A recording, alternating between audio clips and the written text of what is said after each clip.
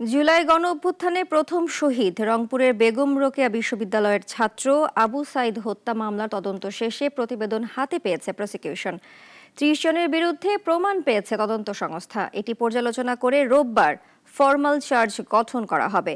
অলিউল রনের রিপোর্টে বিস্তারিত। জুলাই অভ্যুত্থানে মোড় ঘুরিয়ে দিয়েছিল বেগম রোকেয়া বিশ্ববিদ্যালয়ের শিক্ষার্থী আবু সাইদের মৃত্যু। কোটা আন্দোলনে পুলিশের অস্ত্রের মুখে নির্ভয়ে এভাবেই দুহাত প্রসারিত করে দাঁড়িয়ে যান আবু সাইদ, হয়ে ওঠেন কোটি মানুষের প্রেরণার উৎস।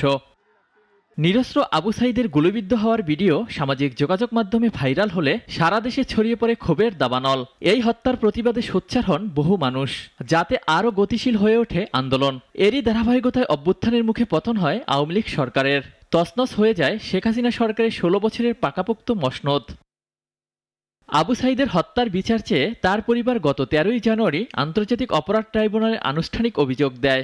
সেই মামলার তদন্ত শেষ হয়েছে, প্রতিবেদন হাতে পেয়েছে প্রসিকিউশন। প্রয়োজনীয় ডকুমেন্ট, সিসিটিভি ফুটেজ, তারপরে লাইভ সম্প্রচার হয়েছিল সম্ভবত এনটিভিতে, সেটা সংগ্রহ করেছেন এবং আলামত সংগ্রহ করে সামগ্রিক দিক বিবেচনা করে এই রিপোর্টটা তৈরি করেছেন। হত্যাকাণ্ডে পাওয়া গেছে ৩০ জনের সম্পৃক্ততা।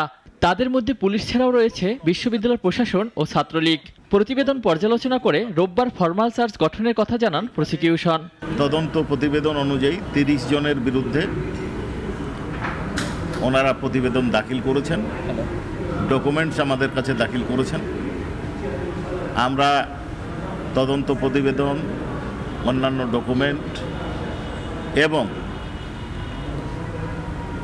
জুলাই আন্দোলনের তথ্য উপাত্ত পটভূমি সব পর্যালোচনা করে আশা করছি যে আগামী রোববার ফরমাল চার্জ দাখিল করব। আবু সাইদ হত্যা মামলাটি আন্তর্জাতিক অপরাধ ট্রাইব্যুনালের প্রথম মামলা।